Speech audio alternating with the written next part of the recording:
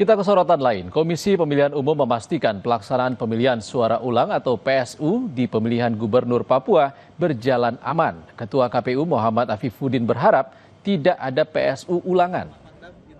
Ketua KPU Muhammad Afifuddin bersama Wamendagri Ripka Halup memantau pelaksanaan PSU di kota dan Kabupaten Jayapura pada Rabu siang. Dalam pemantauan yang digelar, Ketua KPU dan rombongan memastikan pelaksanaan PSU di 8 kabupaten dan 1 kota berlangsung aman dan lancar.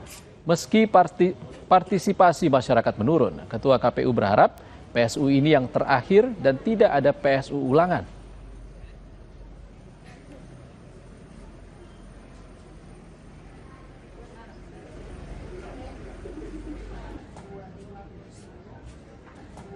Kami berharap proses PSU ini berjalan baik, berjalan lancar, dan tidak ada lagi PSU.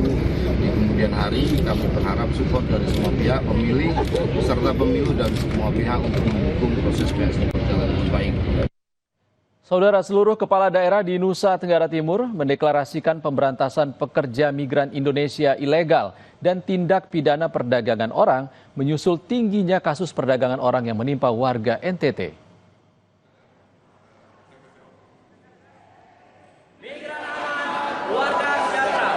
Gubernur Nusa Tenggara Timur bersama 22 bupati dan wali kota seprovinsi NTT mendeklarasikan gerakan menolak tindak perdagangan orang.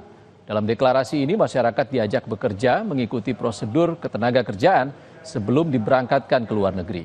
Gubernur NTT juga berkomitmen untuk menindak tegas praktik tindak pidana perdagangan orang dan pekerja migran ilegal.